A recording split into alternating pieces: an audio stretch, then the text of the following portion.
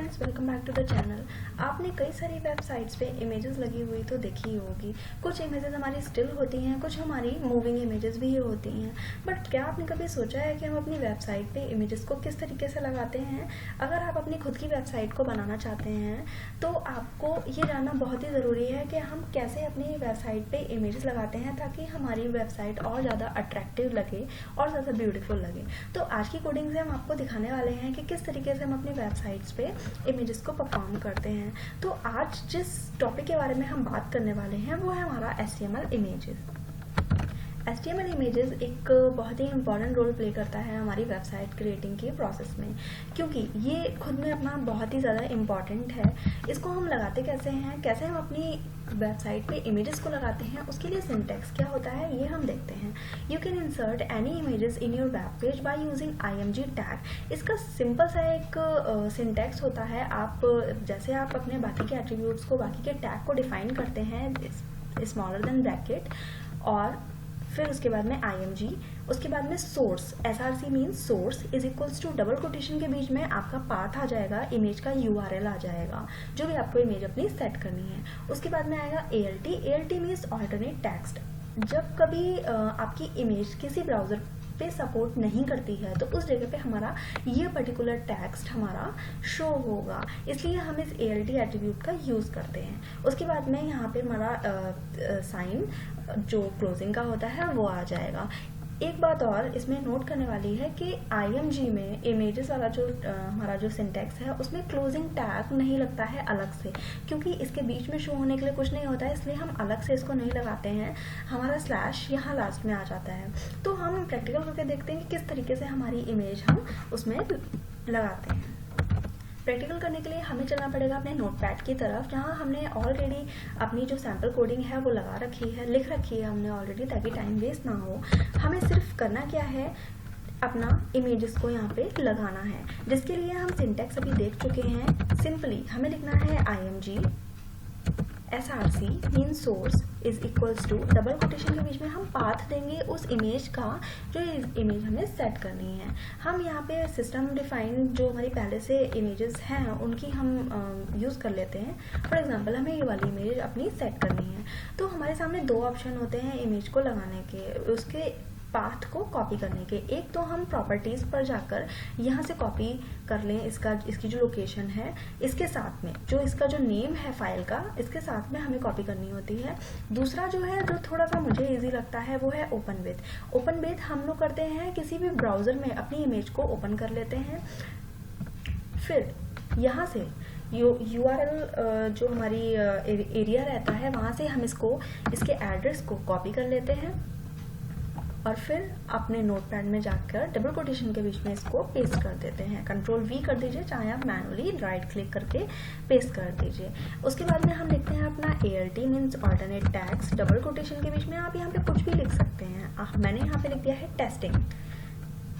Okay, last में हमें इसे क्लोज करना है। हम करते हैं इसे सेव और देखते हैं किस तरीके से हमारी ब्राउजर पे शो हो रहा है। हमने इसे यहाँ पर फॉर एग्जांपल हमें इसे इमेजेस के नाम से हम ये सेव कर देते हैं। तो हमने लिखा image.html और कर दिया इसे सेव। मेरी फाइल ऑलरेडी सेव है, इसलिए इसने वार्निंग दी है। आपके में ऐसा नहीं होगा। जब ही हमने सेव करी तभी हमारा यहाँ पे आइकन बनकर आ गया, जिस पर जब हम डबल टैप करते हैं तो हमारा पेज कुछ इस टाइप से खुलकर आ जाएगा। अब आप देख सकते हैं कि आपकी जो इमेज की हाइट और विड्थ है थोड़ी सी ज़्यादा है। अगर आप चाहें तो इसको मॉडिफाई कर सकते हैं एट्रीब्यूट्स लगा के, जो कि हमारे होते हैं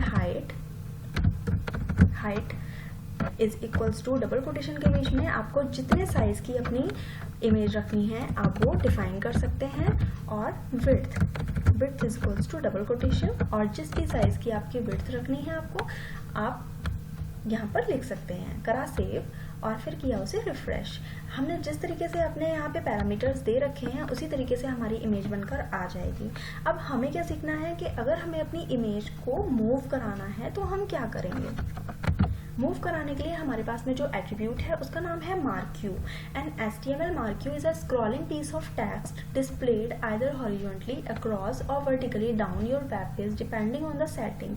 आप जिस तरीके से चाहे मार्क्यू लगा सकते हैं, चाहे आप अपने एलिमेंट को अप डाउन मूव कराएं या फिर आप अपने एलिमेंट को लेफ्ट राइट मूव कराएं, ये आपके ऊपर डिपेंड करता है। This is created by using HTML marquee tag इसका बहुत ही सिंपल है। हम यूज करके देखते हैं डायरेक्टली कि किस तरीके से ये यूज होगा।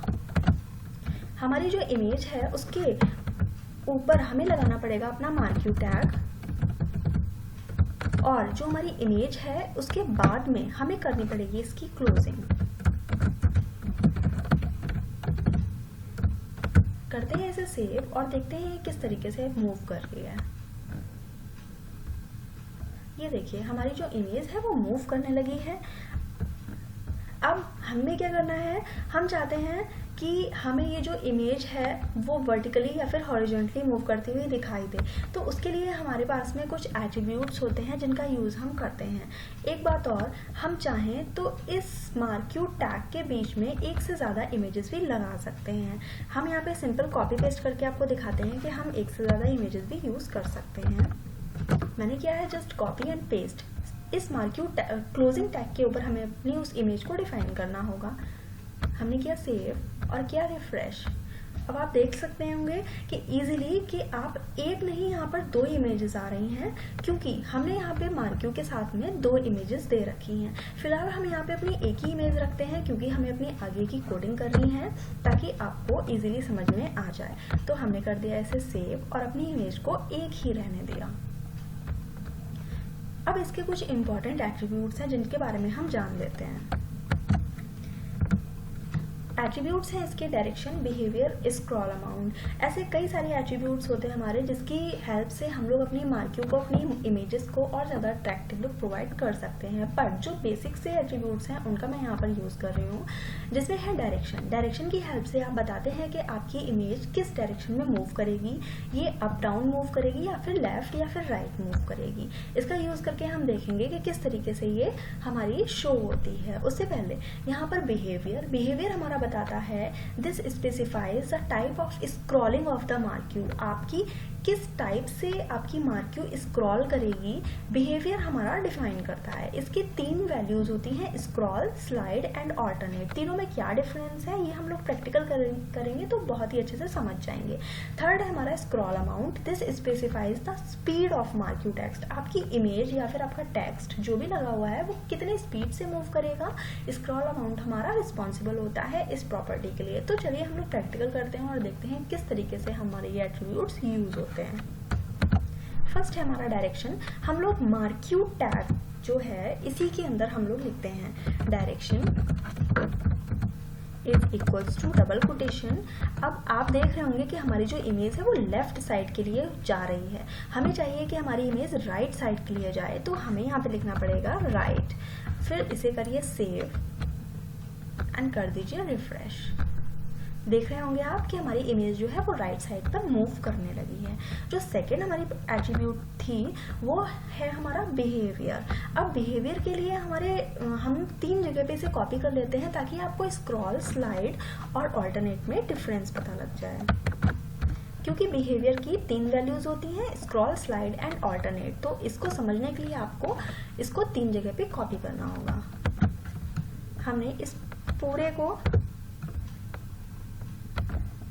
जस्ट कॉपी किया, कंट्रोल C, एंड 2 और जगह पर हमने इसे पेस्ट कर दिया, 1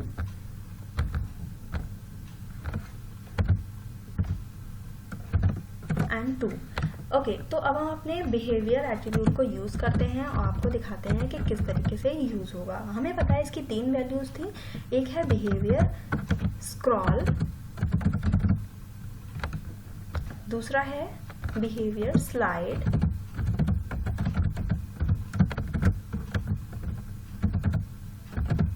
एंड थर्ड है बिहेवियर अल्टरनेट।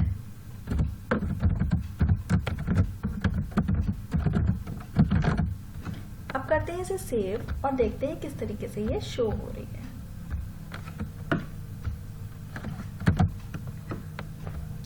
आप इन इमेजेस को ध्यान से देखिएगा, तभी आपको डिफरेंस पता लगेगा कि ये क्या किस तरीके से हमारी आ रही हैं। जिसमें कि फर्स्ट है हमारी स्क्रॉल, स्लाइड एंड ऑल्टरनेट। तो स्क्रॉल वाली जो है वो हमारी चली गई है, बट अब जो नोट करने वाली चीज है वो अब आएगी। जो हमारी ऑल्टरनेट है वो हमारी थर्ड वाली जो है ऑल्टरनेट, वो हमारी बाउंड्रीज से टकराकर इधर उधर फ्लक्चुएट करती रहती है, रोटेट करती है आपस में ही, फिर बाउंड्रीज से टकराकर। जो हमारी स्क्रॉल है वो हमारी जाकर वापस आएगी और वापस से स्क्रॉल करेगी, बट जो स्लाइड है वो हमारी जाने के बाद में वापस नहीं आएगी। यही डिफरेंस है हमारे तीनों बिहेवियर में। तीनों बिहेवियर में इसी तरीके से हम लोग अपनी इमेजेस को लगाते हैं। जो भी इसका बिहेवियर है हम अपने अकॉर्डिंग उसे सेट कर लेते हैं। थर्ड वाला जो हमारा एट्रीब्यूट है वो है स्क्रॉल अमाउंट। आप चाहें तो इसे ध्यान से भी देख सकते हैं। देखिए, ये हमारा जो ऑल्टरनेट वाला है वो हमारा बाउंड्री से टकराकर वापस आ रहा है, और जो हमारा फर्स्ट वाला है जो कि हमारा स्क्रॉल, वो हमारा जाकर वापस आ रहा है, फिर से स्क्रॉल कर रहा है, बट स्लाइड सिर्फ एक ही बार आ रहा है। तो हम अपने नेक्स्ट एट्रीब्यूट पे चलते हैं। Scroll amount. स्क्रॉल अमाउंट हमारा बताएगा कि हमारी मार्क्यू या जो इमेज हमारी मूव कर रही है वो कितने स्पीड से मूव करेगी। डायरेक्टली लगाते हैं और देखते हैं कि किस तरीके से ये आती है। उसके लिए हमें लिखना पड़ेगा scroll amount is equals to, double quotation के बाद में हमें देनी पड़ेगी इसकी वैल्यू। फॉर एग्जाम्पल हमने दिया 20, किया इसे सेव, और आप ध्यान से देखिएगा कि जो हमारी इमेज है वो as compare to other tools, हमारी जो ये वाली इमेज है वो ज़्यादा जल्दी मूव कर रही है। आप देख सकते हैं इजीली कि वो काफ़ी जल्दी में हमारी मूव कर रही है। अगर आप इसकी वैल्यू बढ़ा देंगे तो इसकी स्पीड और ज़्यादा फास्ट हो जाएगी। फॉर एग्जांपल हमने कर दिया है 50 और किया है इसे सेव, तो ये हमारी और ज़्यादा स्पीड से, देखिए और ज़्यादा स्पीड से हमारी मूव करेगी। तो स्क्रॉल अमाउंट का हमारा यूज़ जो है वो इसी टाइप से होता है। अगर आपको ये सारे एट्रीब्यूट समझ में आ गए हैं, अगर आप चाहते हैं कि और जो बाकी के एट्रीब्यूट्स हैं वो भी अगर आप जानना चाहते हैं तो आप एक बार कमेंट सेक्शन में बता दीजिएगा।